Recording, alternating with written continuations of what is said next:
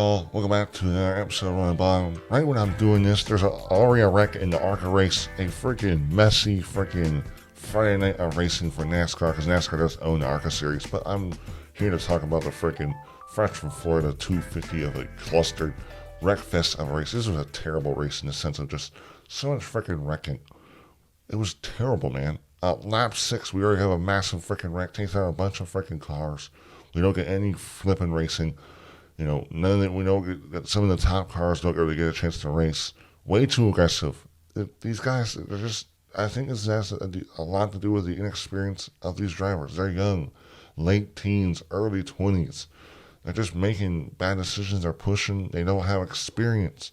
And I get you could say some people would say this is. I would say this is a developmental program league. It's to help young drivers to come up, but also I would say ARCA is probably more for that. This style of racing is definitely a style of racing that maybe isn't best suited for inexperienced drivers. Going close to 200 mile an hour, this close to each other, isn't probably the best thing for young, inexperienced drivers.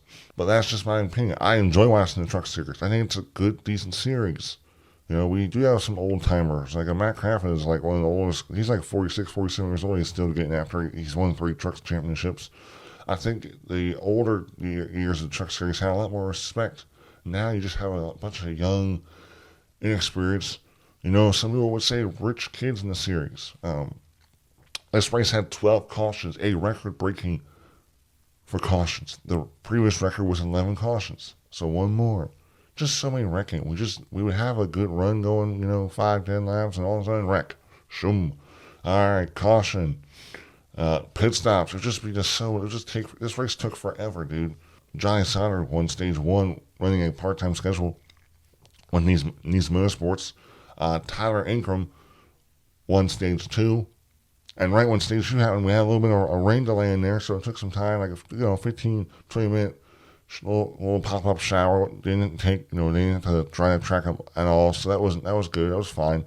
But that also added time to the race, and we went back racing, and we saw some good racing, 3 wide racing, some aggressiveness. But then that aggressiveness turned into more wrecks, massive wrecks. Oh my gosh, it was just on and on going. And I mean, Twitter was blowing up every time. They're making memes, jokes about it. Because it's just silly. It just doesn't make the sport look good when you have, this is one of the top series for NASCAR. So, it's the lower series, it's the number 3 series for, when it comes to the mainstay of NASCAR series. And, you got a bunch of wrecks, and it just doesn't look good. We're not, I think the racing's exciting, but we're just wrecking too much. Way too much wrecking. Near the end of the race, we had a good battle between Nick Sanchez and Roger Caruth.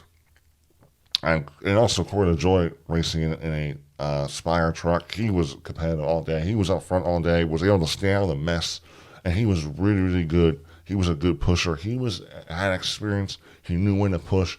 He knew also when not to push and be over aggressive. If I break down this final restart, Nick Sanchez chose down the bottom lane, and then Raja, who was second, chose the top lane. And then a couple of 3 or 4 trucks chose the bottom with Nick Sanchez, and then LaJoie chose the top lane second. And that was perfect, I felt like, for Roger Caruth. They restarted. LaJoie and Caruth had a good run going, momentum. They were able to get out of the lead, but when they got into a lead, they were too far out where the pack was able to have so much momentum with them to then make a run on them, set themselves up where really Raja and Corey couldn't really do anything. And Nick Sanchez takes the lead with 1 to go and kind of holds it there. And then Roger Caruth makes a terrible mistake and comes up into Taylor Gray. Turns Taylor Gray. He comes up the track, hits the wall, and then there's the whole pack of cars comes up. Taylor Gray gets air under his truck, flips around, lands back on his 4 wheels. But it was just a crazy mess of a wreck. And that caution came out, and Nick Sanchez won the race. It was wild. It was crazy. Here was our top 10. Congrats to Nick Sanchez. Congrats to Roger Caruth. Corey Heim, coming off a disappointing championship race, comes out and finishes 3rd. Roger Caruth, speaking of him, made a bad decision. And Bubba Wallace, it was also looked like he was trying to give him some advice as well. But good start. Good start for Matt Crafton. I'm not sure how if I'm really gonna do many race breakdowns for the truck series. I think it'll just matter if the races has a lot to talk about. But that's the one thing I do want to add. I don't want to just do cup reviews. I do want to add some of the lower series in, just because I like those series. They're fun to talk about. But besides that, guys, crazy race, Wreckfest of a race, a mess of a race. Looking forward to seeing if the truck series can hopefully improve, cleaner racing. We'll see. Next week they're going to freaking Atlanta next week. We'll see how that goes.